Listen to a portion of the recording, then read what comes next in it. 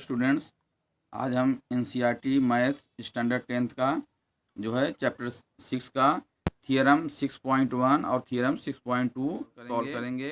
तो यहाँ जो है थियरम 6.1 है, if a line is drawn parallel to one side of a triangle to intersect the other two sides in distinct point, the other two sides are divided in the same ratio. तो theorem 6.1 को हम basic proportionality theorem भी बोलते हैं। ये जो है basic proportionality theorem है और इसको थेल्स थियरम के नाम से भी जाना जाता है। It is also known as the Thales theorem and basic proportionality theorem. तो इस थियरम में जो है क्या दिया गया है कि एक लाइन जो है किसी ट्रायंगल में किसी भी साइड के पैरेलल अगर लाइन ड्रॉ करते हैं तो वो लाइन जो है बाकी दो साइड को सेम रेशियो में डिवाइड करता है। तो यहाँ पे हम पहले गिवन लिखेंगे, बुक जैसा नहीं लिखना है, हमेशा थियरम में गिवन लिखो, फिर टू प्रूफ क्या प्रूफ करना वो लिखो, फिर कोई कंस्ट्रक्शन है तो वो लिखना है और फिर प्रूफ देना है।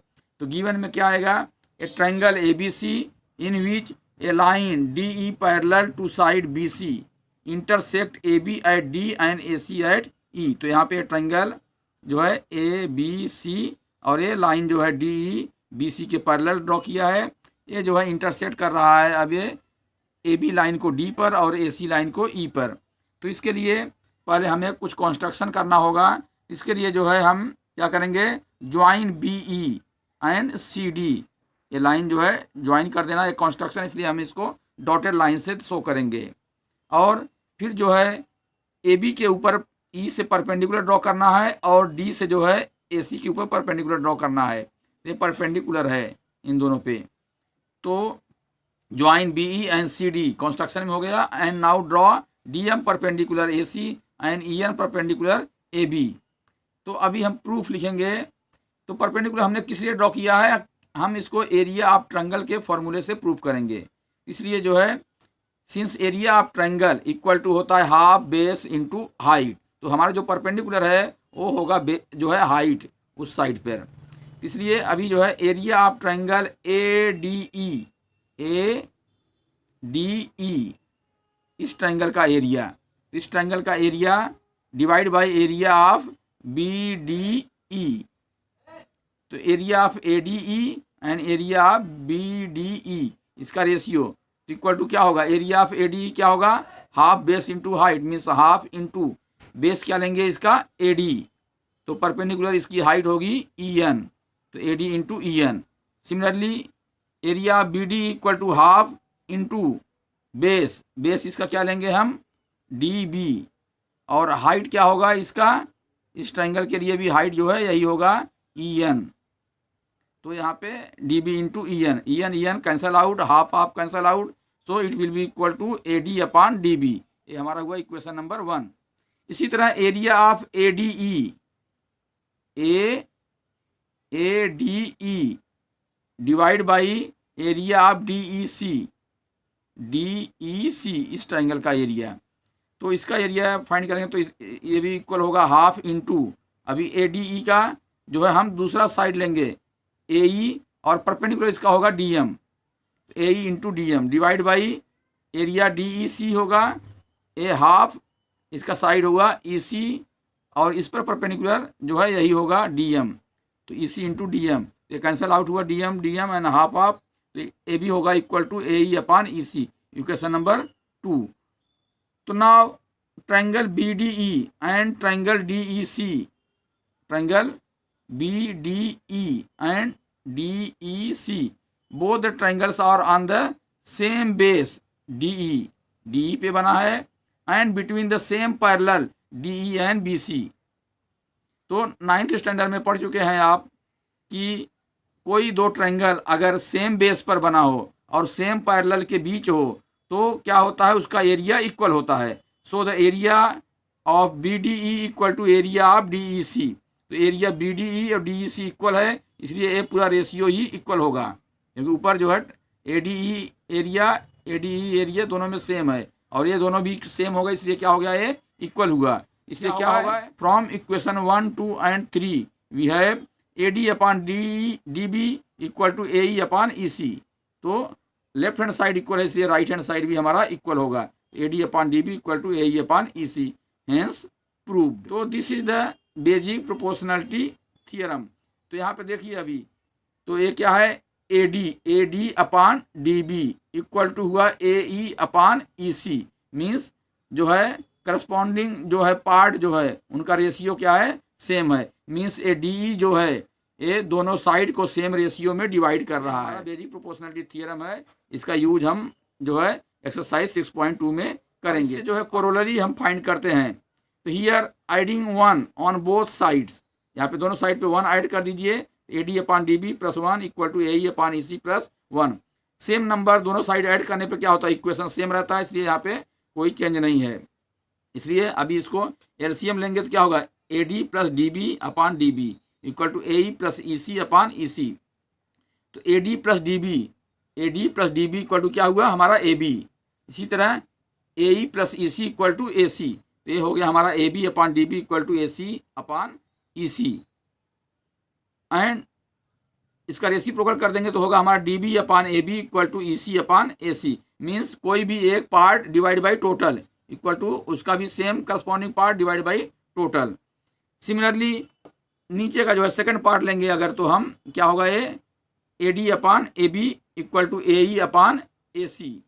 जैसे D B upon A B है equal to A E upon E C, उसी तरह जो है अगर ये छोटा पार्ट पहले इसका लेंगे डी बी तो अपान टोटल इक्वल टू होगा यहाँ पे करस्पॉन्डिंग ई सी अपान टोटल, और अगर हम ए पार्ट लेंगे जो है ए डी अपान टोटल तो यहाँ पे होगा ए ई अपान टोटल। तो इस तरह से हमारा ये दो कोलरी मिलता है जो बेसिक प्रोपोर्शनलिटी थ्योरम से मिला है, और हम इसको यूज करेंगे क्वेश्चन सॉल्व करने के लिए।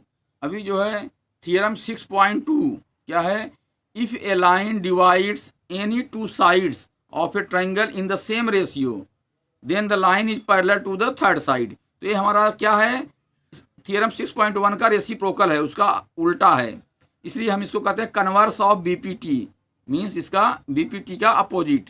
तो उसमें जो है हमने क्या दिया था, थर्ड साइड जो है कोई भी साइड पैरेलल था थर्ड के तो सेम रेशियो में डिवाइड किया, यहाँ पे क्या सेम रेशियो में डिवाइड कर रहा है तो साइड क्या होगा, थर्ड साइड के पैरेलल होगा, उसका उल्टा जो है यहाँ पे प्रूव करना है। तो यहाँ भी हम गिवन लेंगे, in a triangle A B C a line D E intersecting A B at D and A C at E such that A given में होगा A D upon D B equal to A E upon E C, जो उसमें हमने BPT में prove किया था same ratio में, यहाँ पे वो सेम रेशियो गिवन होगा।